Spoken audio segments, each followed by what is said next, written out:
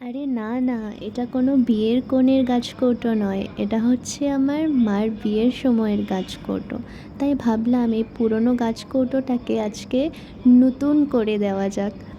তো প্রথমেই আমি ক্যামেলের এই আর্টিস্ট জেসোটা দিয়ে পুরো গাছকৌটোটাকে হোয়াইট একটা কালার করে নিয়েছি।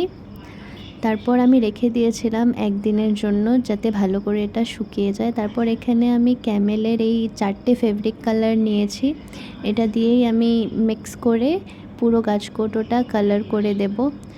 প্রথমে ভেবেছিলাম পুরোটাই লাল কালার করব, তারপর ভাবলাম কিছু ডিফারেন্ট করা যাক, অল্প খারাপ হলেও হবে, সেটা ব্যাপার নয়।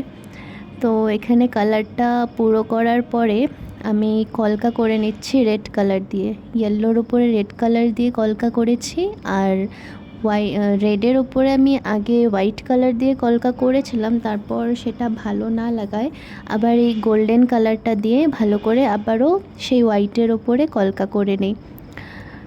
তো এটা কালার করার পর আমি আমার মাকে দেখেছিলাম, আর মার তো খুবই ভালো লেগেছে। অবভিয়াসলি মার তো ভালো লাগবেই, মেয়ের করা জিনিসকে মার ভালো লাগবে না?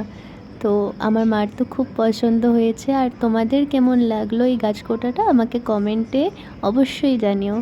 থ্যাঙ্কস ফর ওয়াচিং, দেখা হবে পরের ভিডিওতে। টাটা।